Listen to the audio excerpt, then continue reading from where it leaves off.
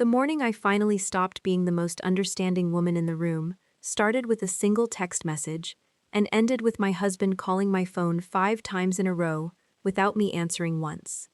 I had spent 8 years being the kind of wife people described as patient, flexible, and supportive, which I eventually understood was just a polite way of saying I was the one who always gave things up. That morning, I gave up nothing, and the look on Garrett's face when he read what I had written was the first honest thing that had passed between us in years. If you have ever been the person in a relationship who always adjusts, always accommodates, always finds a way to make peace with being overlooked, I want you to stay with me through this entire story, because what happened next changed everything. Subscribe so you do not miss a single part of this, and drop one word in the comments right now that describes how it feels when someone who should know better keeps treating your patience like it has no limit. I read every single one. My name is Nora Calloway. I was 42 years old, living outside Columbus, Ohio, and working as director of operations for a regional logistics company that moved freight across 7 states. My days were built around precision: schedules, budgets, compliance deadlines, vendor contracts, the kind of work where a single, overlooked detail could cost a client thousands of dollars and cost me the trust I had spent years building. I was good at my job in the way that people who have learned to be quietly indispensable are always good at their jobs. I solved problems before they became disasters. I anticipated needs before they were spoken. I kept things running so smoothly that most people forgot to ask how. I had been doing the same thing at home for so long that I had stopped noticing the difference between the two.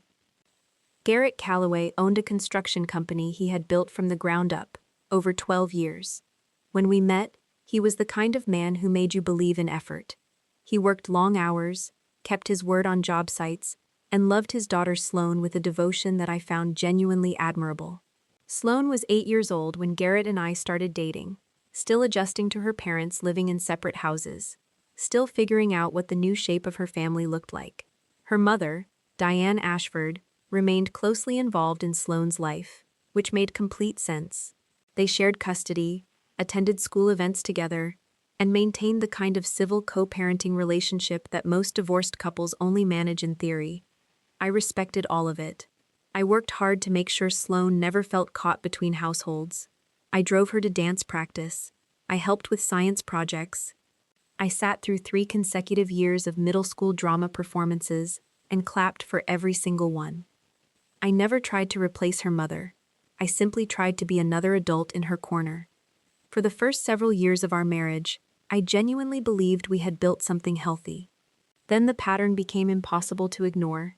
It did not announce itself. It arrived the way most damaging things do, quietly, incrementally, disguised as reasonable explanations. The first time I noticed it was our second wedding anniversary. We had reservations at a restaurant downtown, the kind of place that required booking 2 months in advance. An hour before we were supposed to leave, Garrett canceled because Diane's car had broken down and she had Sloane with her. I understood. The second time, we had planned a weekend getaway to a lake house I had rented 3 months ahead. Diane got sick. Garrett volunteered to take Sloane for the weekend without being asked. I understood. The third time, my mother flew in from Arizona for a visit she had been planning since January. Diane needed help moving furniture. Garrett disappeared for half a day without mentioning it, until he was already gone. I understood that too, because by then understanding had become so automatic that I barely registered doing it. By the 6th year of our marriage, I had become fluent in a language I had never agreed to learn. Whenever I expressed disappointment, Garrett had a response ready. Nora, you are an adult. Sloane is a child. Or, Diane and I are just co-parenting. Or, the one that landed hardest every single time, can you be a little more understanding? The frustrating part was that none of those statements were technically wrong. Sloane was a child. Co-parenting was important. Understanding was a virtue. He never sounded selfish when he said those things. He sounded responsible, even noble, which meant I always ended up feeling guilty for being hurt. That was the architecture of it. Not cruelty, not malice, just a system that had been quietly built around the assumption that my needs were the most flexible thing in the room. and that I would keep adjusting indefinitely because I always had before. That spring marked 10 years since the night Garrett and I first met at a mutual friend's dinner party in German Village. He had been wearing a blue flannel shirt and arguing passionately about the best way to pour a concrete foundation, and I had found that inexplicably charming. A decade felt worth celebrating, not because I was sentimental about dates, but because life had become so relentlessly busy that we rarely spent meaningful time together anymore. So I planned something real.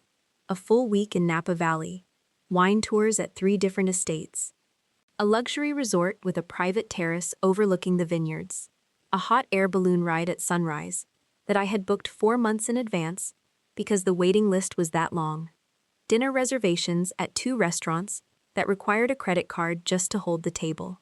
I spent nearly 6 months on the details, cross-referencing calendars, comparing reviews, building a folder on my laptop that held every confirmation email, every itinerary, every reservation number. For the first time in years, I let myself feel genuinely excited about something that was just for us. One Saturday afternoon in early March, I was sitting at the kitchen island, comparing 2 winery tour options, when Garrett walked in from the garage. He looked distracted in the particular way he looked when something was already decided and he was just working out how to say it. I noticed it and filed it away the way I had learned to file things, quietly, without comment, waiting to see what came next. He grabbed a bottle of water from the refrigerator, unscrewed the cap, and leaned against the counter. "Hey," he said. "Hey, we need to talk about the anniversary week." I smiled and set my laptop aside. "Okay." He took a sip of water. "I'm going on a cruise." The sentence arrived so casually that for a full second I thought I had misheard him. "A cruise?" "Yeah." I waited for the rest of the sentence. There was no rest of the sentence. "During our anniversary trip?" "Yeah." I stared at him. He shrugged, and in that shrug was 8 years of history compressed into a single gesture.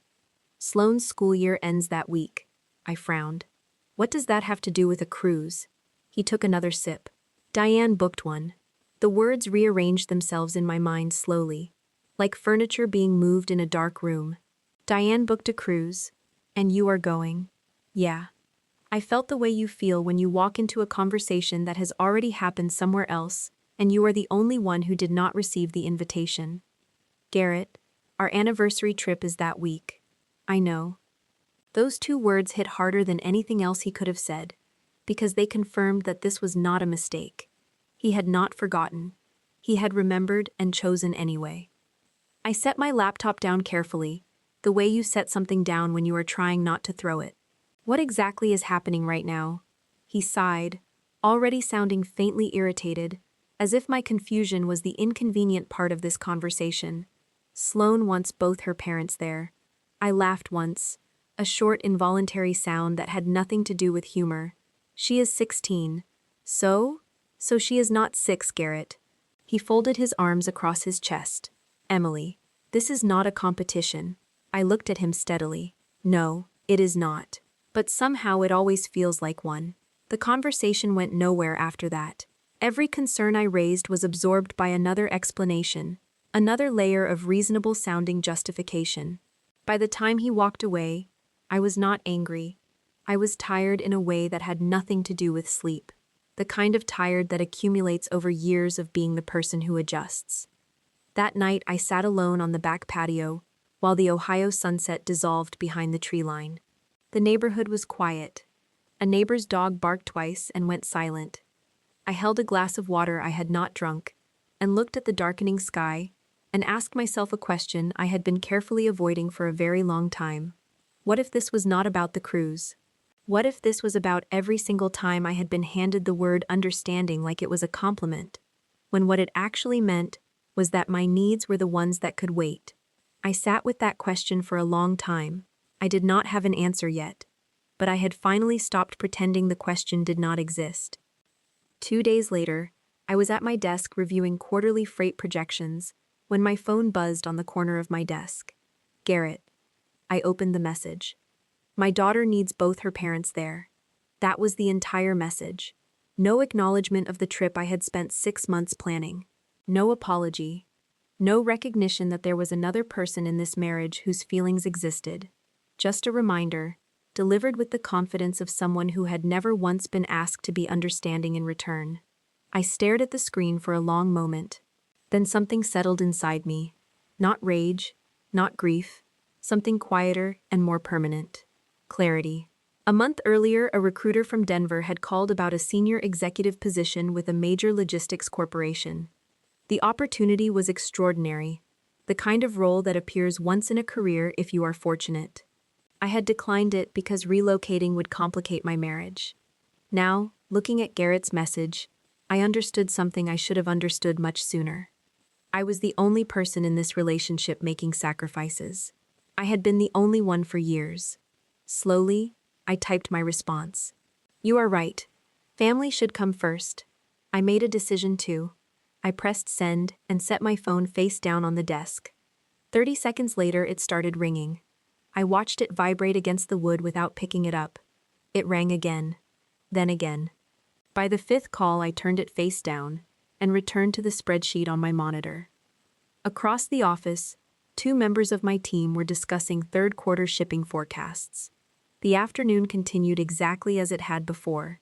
The difference was that something inside me had shifted in a way that could not be shifted back. For years, I had been making choices based on what was best for my marriage. Garrett had been making choices based on what was best for Garrett. The difference had always been there. I had simply finally stopped pretending it was not. An hour later, my office phone rang. I answered. Emily Carter, Nora. His voice was tight in a way I had not heard before. What decision? I leaned back in my chair.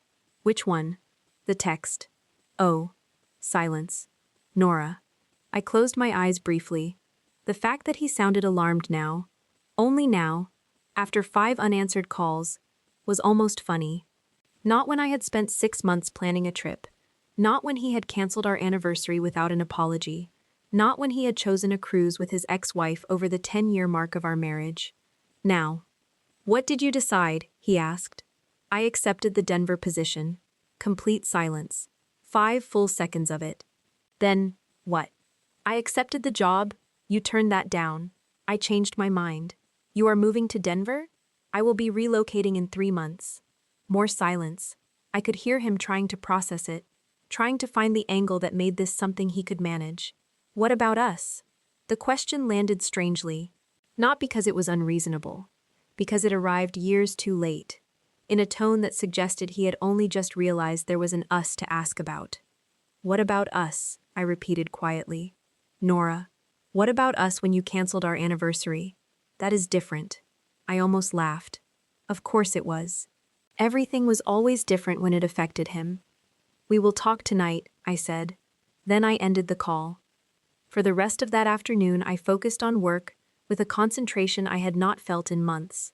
Unlike my marriage, work rewarded effort in proportion to what you gave it. Problems had solutions. Deadlines could be met. People generally meant what they said. At 6 o'clock, I drove home. Garrett was waiting in the kitchen, standing near the counter with his arms at his sides, looking unsettled in a way I had never seen before. Good, I thought. For years, I had been unsettled. He could survive a few hours of it. You accepted the job? He asked immediately. I set my purse on the counter. Yes, without talking to me. The irony was so complete it nearly took my breath away. I looked at him steadily. Without talking to me, I said. Did you talk to me before agreeing to the cruise? His mouth opened, closed, opened again. This is different. There it was, the phrase that had become the entire soundtrack of our marriage. Different. Every sacrifice I made was expected. Every sacrifice he made was extraordinary. Every time I was hurt, it was an overreaction. Every time he was inconvenienced, it was a crisis. I am not saying the cruise was ideal, he said carefully, but Sloane wanted us there, and I wanted my husband on our anniversary trip. Nora. I shook my head. No. For once, I was not interested in another explanation. The conversation ended with neither of us satisfied, which was, I realized, exactly how most of our conversations had been ending for years. Over the next several days, Garrett became unusually attentive in the way that people become attentive when they have finally realized something is genuinely at risk. Flowers appeared on the kitchen counter. Dinner invitations followed, restaurants he had not suggested in years. He started asking about my day with the focused interest of someone who had recently discovered that my day was a thing worth asking about. He volunteered to do laundry, to take out the trash, to handle the grocery run on Saturday morning. The sudden effort might have been flattering if it had not arrived 8 years too late, and if I had not recognized it for what it was. Not a change of heart, a response to consequences. There is a difference between a person who treats you well because they value you and a person who treats you well because they are afraid of losing you. One of those things is love, the other is damage control. Meanwhile, something else was quietly unfolding, something Garrett had not fully considered when he spent 8 years assuming the household ran itself. Officially, I had never been employed by Calloway Construction. My name appeared on no payroll, no org chart, no business card. Unofficially, I was woven into nearly every functional system the company depended on. When Garrett launched the business 12 years earlier, he had the skills of an experienced contractor and almost none of the administrative infrastructure a growing company required. He knew job sites. He knew crews and materials and load-bearing calculations. What he did not know was how to build the operational skeleton that allowed a business to scale without collapsing under its own weight. That had been my territory, quietly, consistently, without fanfare or acknowledgement. Over the years, I had built the systems that kept Calloway Construction running. Vendor contracts with renewal schedules and negotiated rate structures, compliance documentation organized by project and jurisdiction, bidding templates calibrated to material costs and labor margins, insurance records cross-referenced against active job sites, scheduling software configured to flag conflicts before they became delays. Garrett had always joked that I was his secret weapon. What he never acknowledged was how completely he depended on that weapon to function. The Monday after I accepted the Denver position, I sat down with Garrett at the dining room table. A folder rested on the surface between us.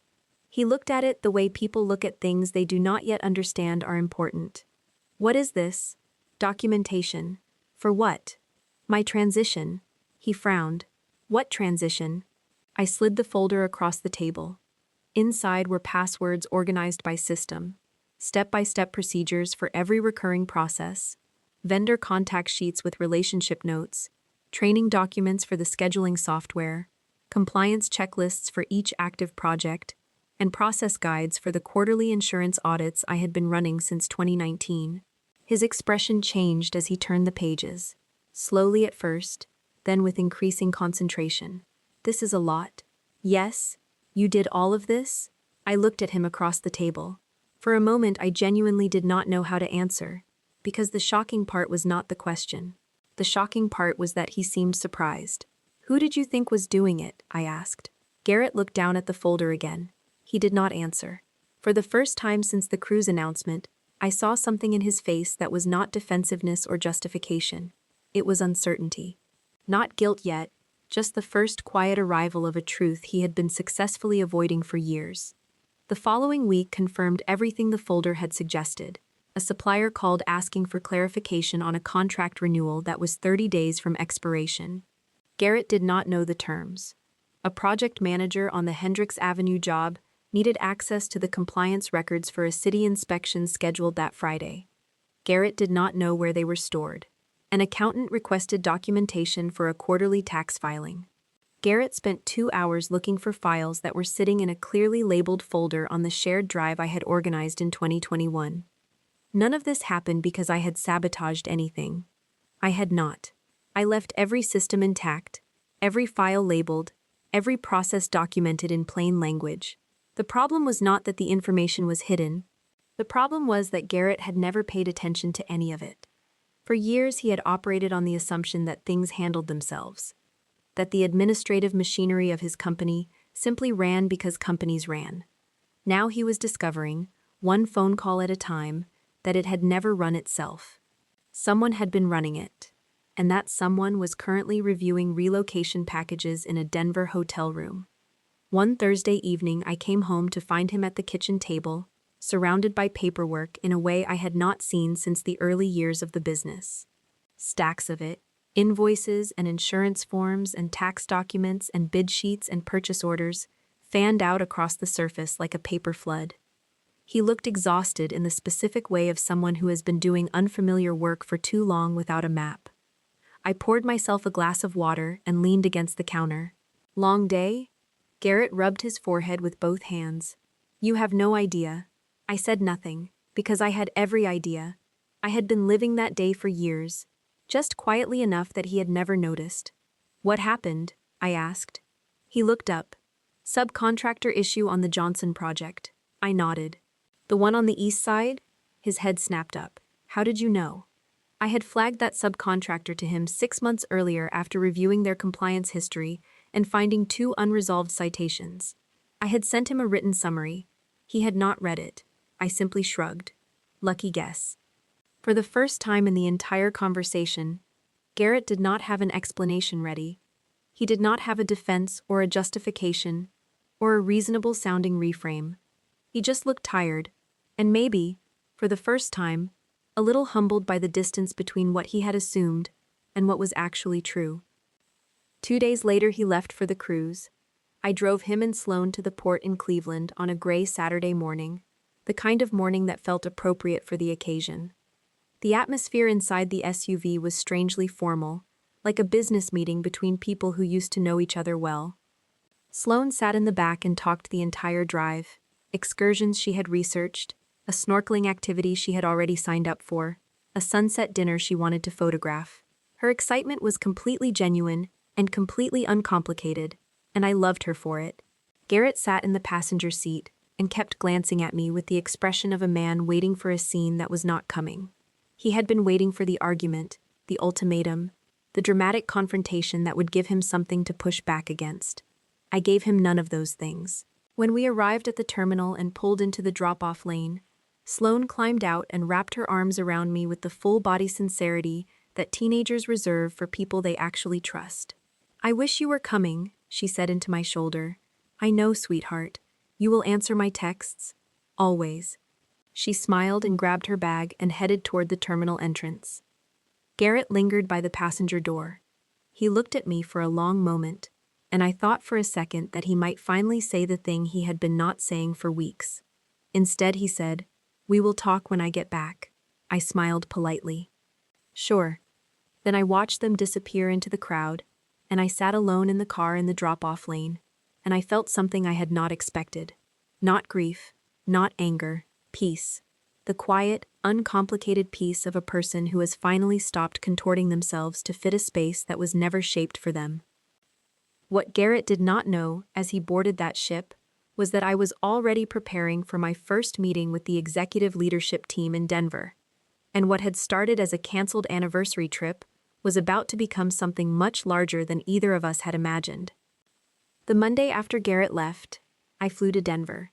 My official start date was still 3 weeks away, but the executive team had invited me to attend a strategic planning retreat outside Boulder, and I wanted to see firsthand what my future looked like before I committed my furniture to a moving truck.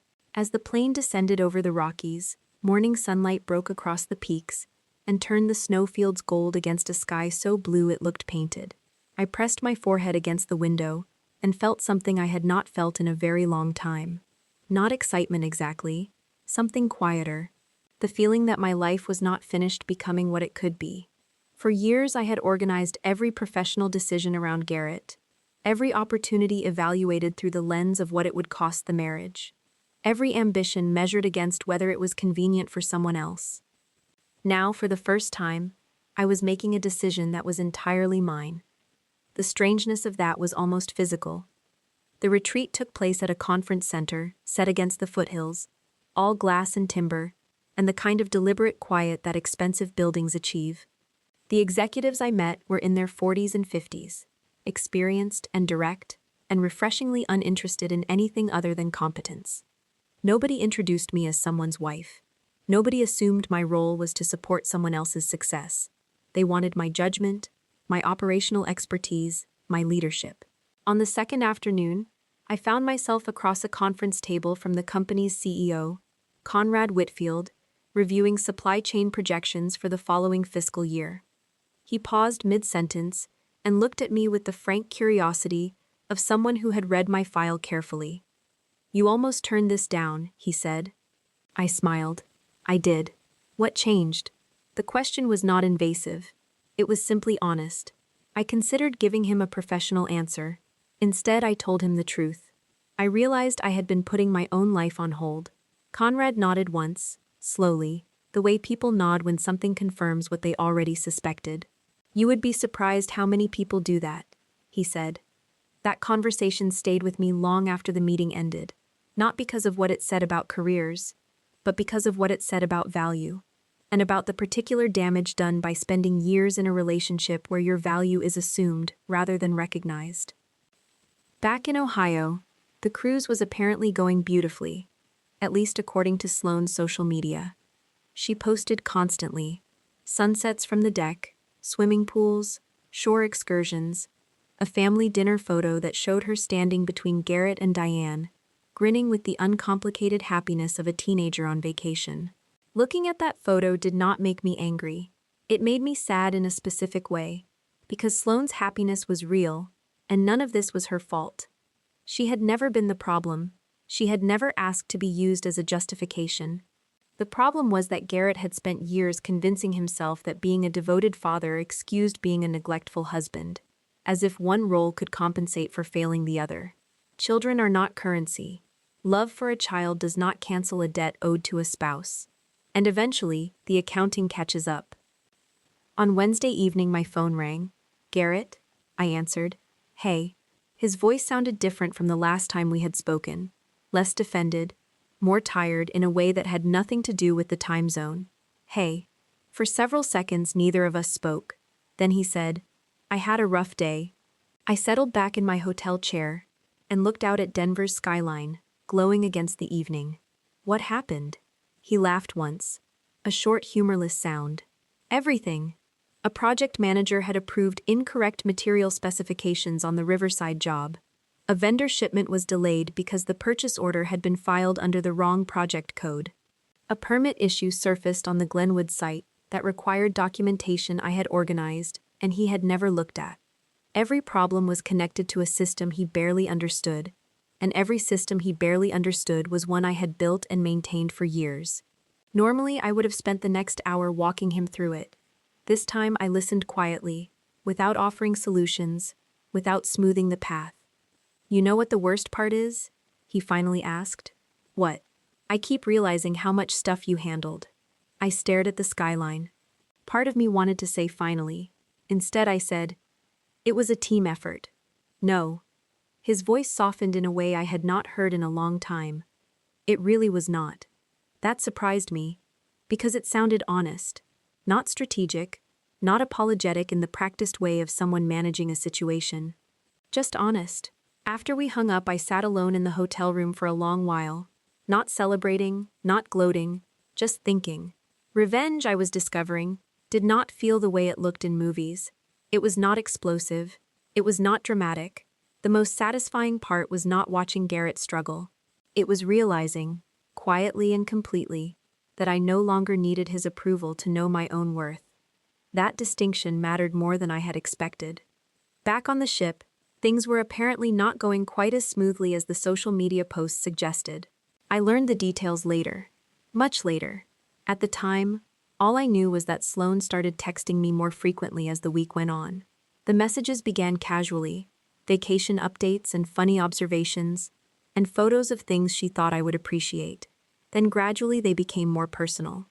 One evening she sent, "Can I ask you something?" "Of course." "Are you mad at Dad?"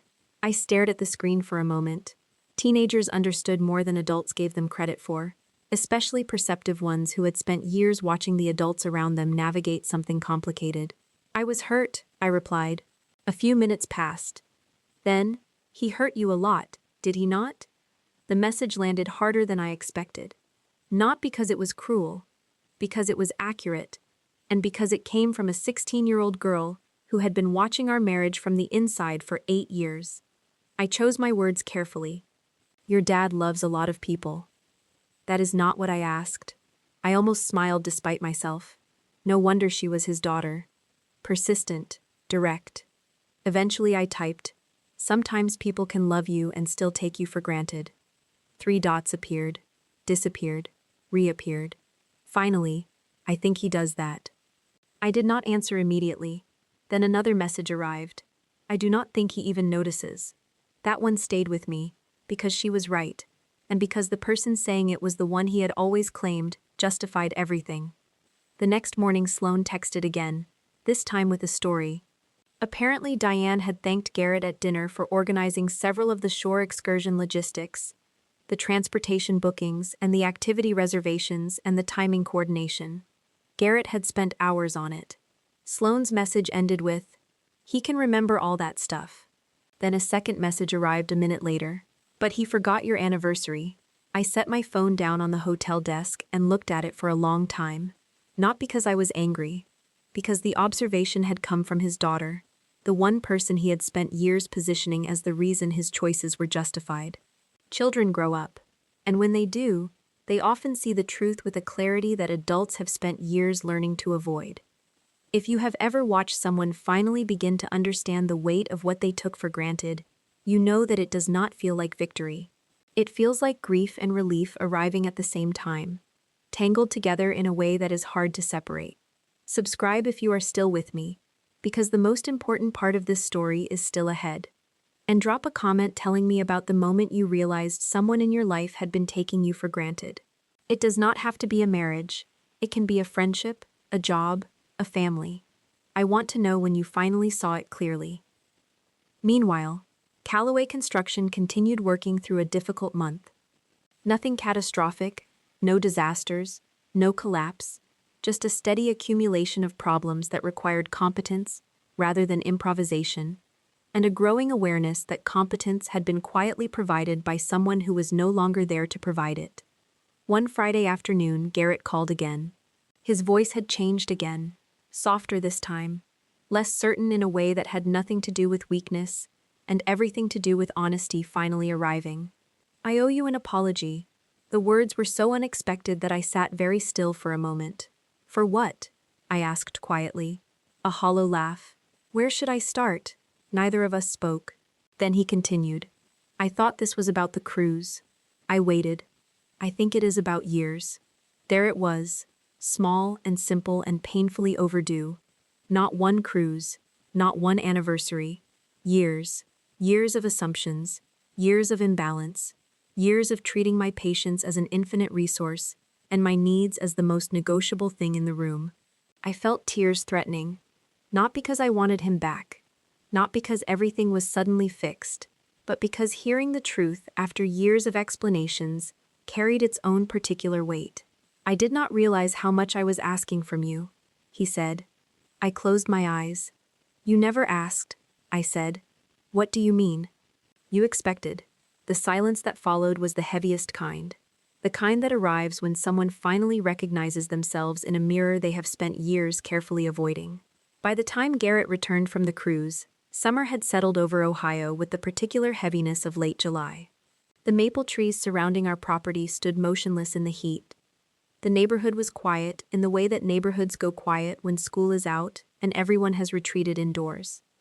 I was sitting on the back patio with a glass of iced tea and a stack of relocation paperwork when his truck turned into the driveway. I did not go inside. I did not stand up.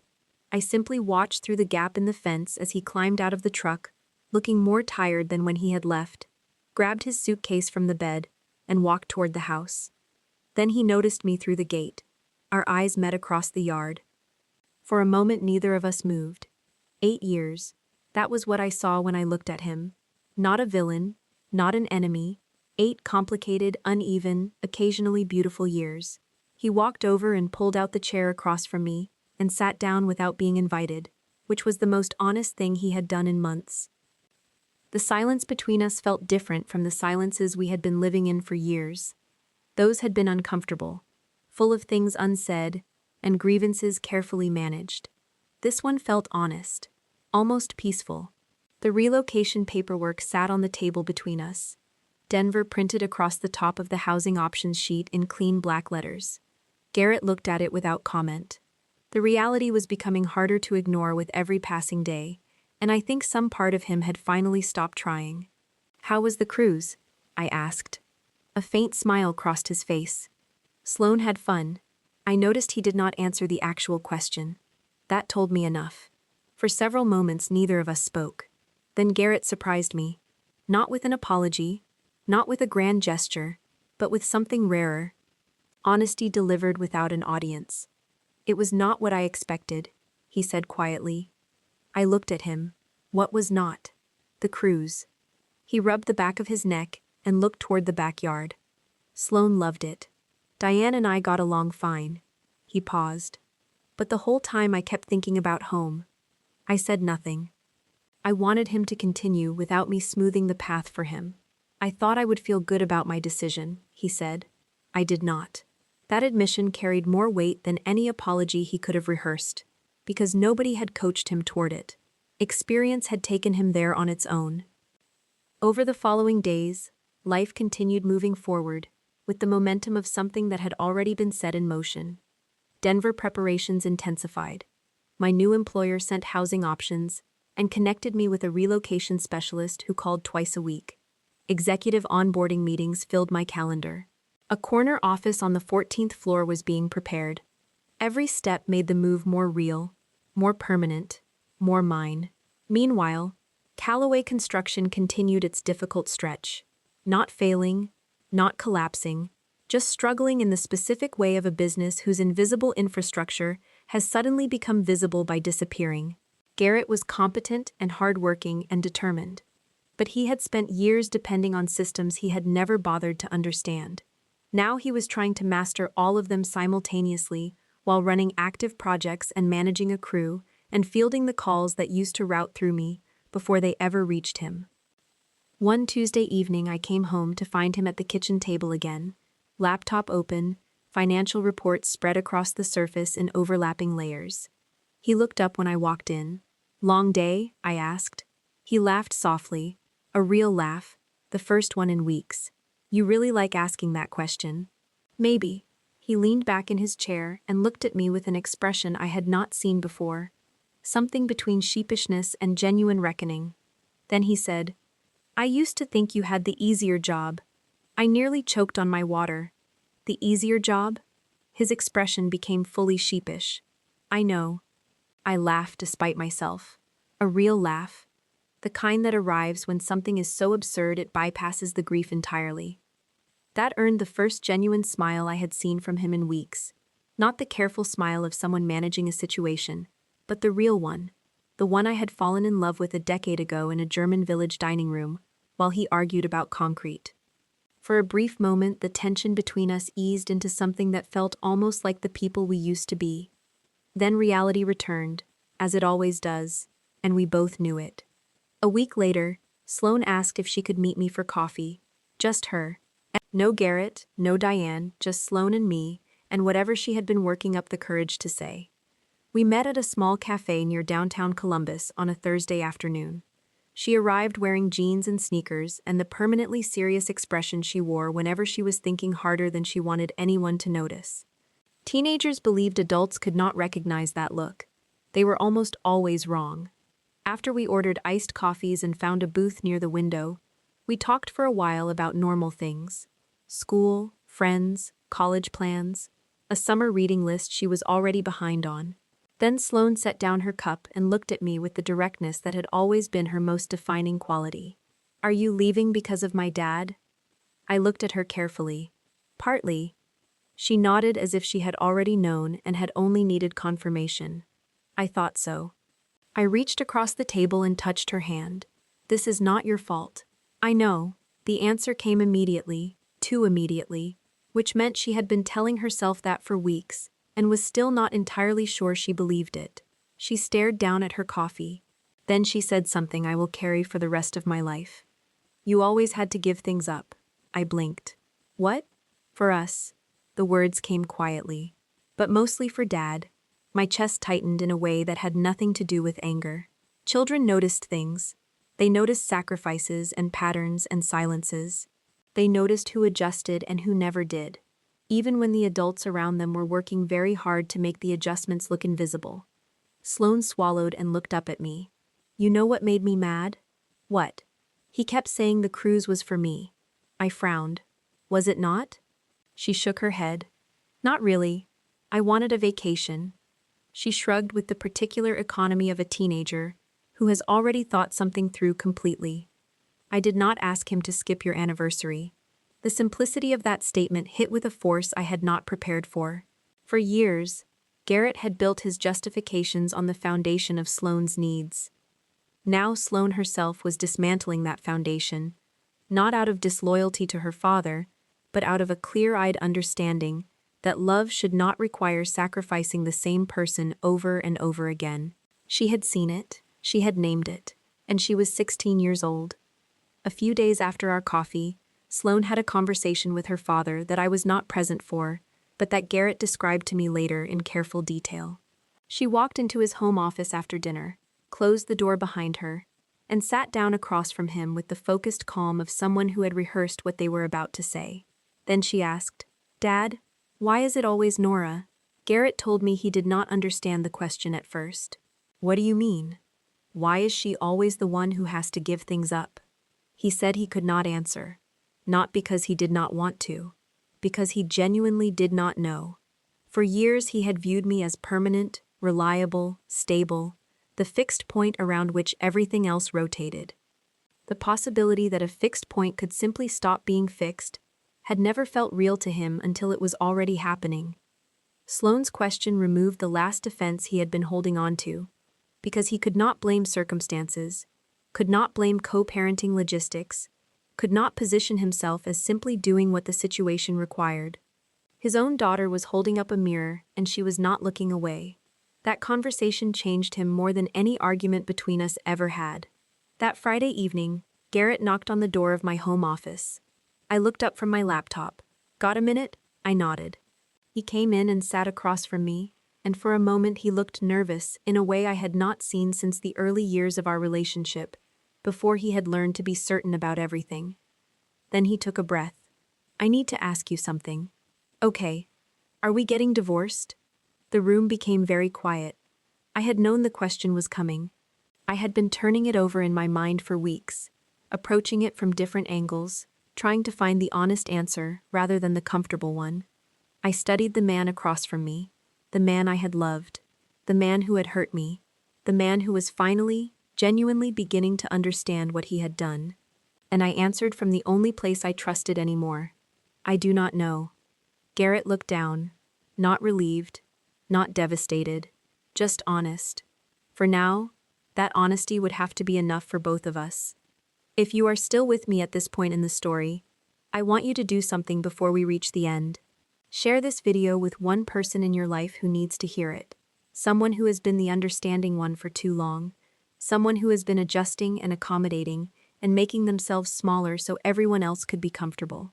And drop a comment telling me what you would say to the person who took you for granted, if you could say anything at all. Not what you wish you had said in the moment, what you would say now, from the other side of it. I will read every single one. 3 weeks later, I moved to Denver. The actual move happened on a bright August morning, the kind of day that felt almost deliberately beautiful, as if the weather had decided to be kind about something that was not entirely kind. A moving truck sat in the driveway. Boxes filled the garage. The house echoed in a way it never had before, the particular echo of rooms that have been emptied of the things that made them feel inhabited. I stood in the kitchen one last time and looked around at the space where so much of my life had happened. Holiday dinners and birthday cakes, and quiet Saturday mornings with coffee, and the ordinary, unremarkable moments that only become significant in retrospect, when they have already become memories. Garrett stood near the counter with his hands in his pockets, looking at the floor, looking at the window, looking anywhere except directly at me. Neither of us had slept much the night before. There was too much left unsaid. And yet somehow we had already said the things that mattered. "You really got the corner office?" he asked. I laughed softly. "Apparently. Nice view?" "Very nice." He nodded. Then he smiled, a real one, unguarded and genuine. "I always knew you would be good at that job." The compliment should have felt satisfying. Instead, it felt bittersweet, because part of me wished he had said things like that years ago, when it might have changed something. Still, Better late than never. Outside, the movers loaded the last of my furniture into the truck with the efficient indifference of people who move other people's lives for a living. Inside, neither of us seemed eager to end the conversation. Finally, Garrett looked at me with the expression of a man who has run out of ways to delay the honest thing. I owe you something. I tilted my head. What? A thank you. I almost smiled. You do not owe me that. Yes, I do. His voice was firm in a way that had nothing defensive in it. For years, Garrett had been quick to explain himself, quick to justify, quick to find the angle that made his choices sound reasonable. Now he simply spoke. You helped build my company. I said nothing. You helped raise Sloan. Still nothing. You carried responsibilities I barely noticed. His eyes drifted toward the floor, and I treated that like it was normal. The kitchen was very quiet. Sometimes accountability looked less dramatic than the stories we tell about it. Sometimes it looked like a man standing in an emptied kitchen finally admitting who he had been, without asking for anything in return. I was angry for a while, he continued. About Denver. I know, but I get it now. That sentence mattered. Not because it erased anything. Because it acknowledged something. Understanding after the fact could not undo years of imbalance, but it could prevent the same mistakes from being made again. By him. By anyone paying attention. A car horn sounded outside. The moving crew was ready. I picked up my purse. Garrett looked at me for a long moment. Then, after a pause that held everything we had not said, he asked, Do you think there is still a chance for us someday? The question hung between us. Months earlier, I might have answered from anger, or from heartbreak, or from the stubborn hope that had kept me in the marriage long past the point where hope was doing me any good. Now I answered from clarity. I think there is a chance for better versions of us. He smiled sadly. That is not exactly an answer. No, it is not. For a moment neither of us spoke. Then I walked forward and hugged him. Not because everything was fixed. Not because I had forgotten. Because 8 years of marriage deserved kindness at the end, even when the ending was necessary. When I stepped back, his eyes were wet. Mine probably were too. Then I walked out the front door, got into my car, and drove toward the highway without looking back. The first 6 months in Denver changed my life in ways I had not fully anticipated. The work was demanding and challenging, and genuinely exciting in the way that work becomes exciting when it is finally proportional to what you are capable of.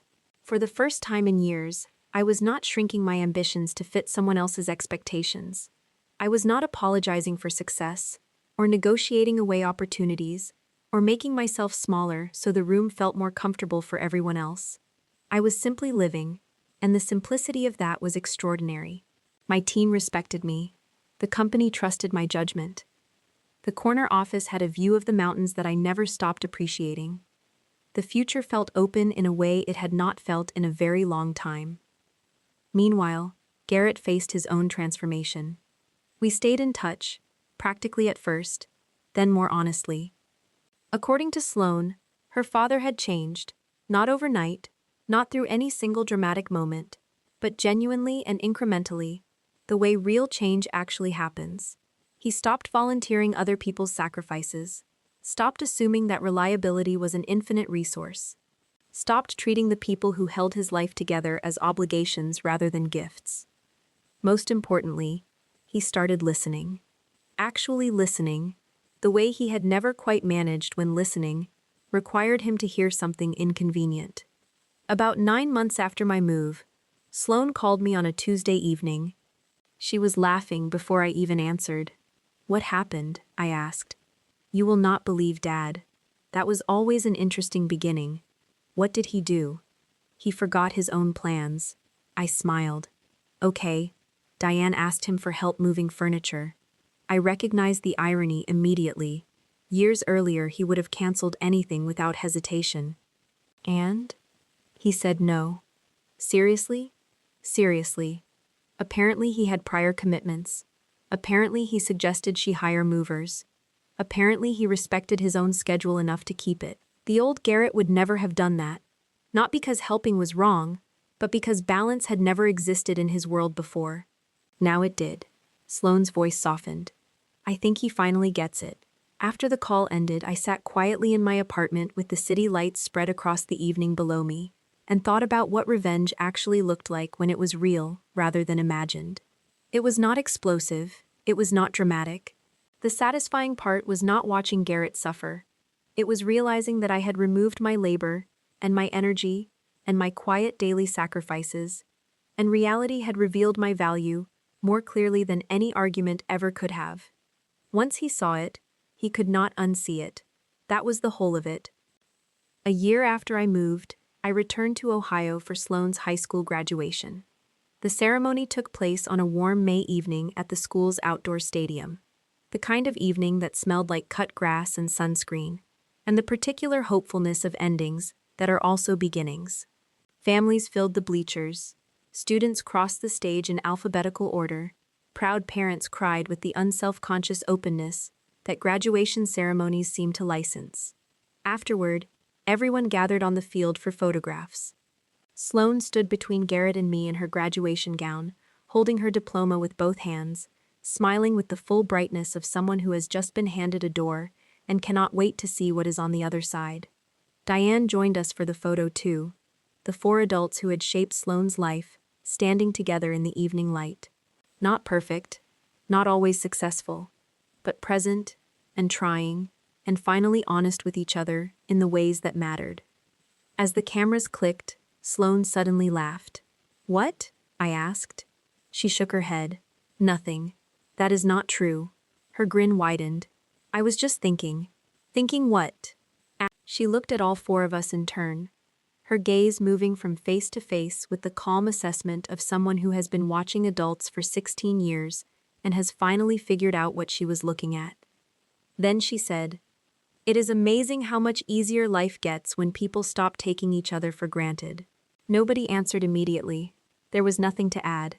She was right, with the particular rightness of someone who has arrived at a truth that took the adults around her years longer to find. The lesson was simple, the kind that people often learn too late, if they learn it at all. Love is not proven by how much someone can endure. Respect is not measured by how much someone will sacrifice. And the people who quietly hold your life together, who build the systems and carry the weight and show up without being asked, are not obligations. They are not background. They are not the most flexible thing in the room. They are gifts. And gifts, once lost, have a way of revealing exactly what they were worth. As for Garrett and me, our future remained unwritten in the way that honest futures always do. Maybe friendship, maybe something more, one day, built on truth rather than assumption. Maybe not. But whatever came next would not be built on the old architecture, the one where one person adjusted indefinitely and called it love. That version was finished. And finishing it, I had learned, was not a loss. It was the beginning of something that actually had a chance.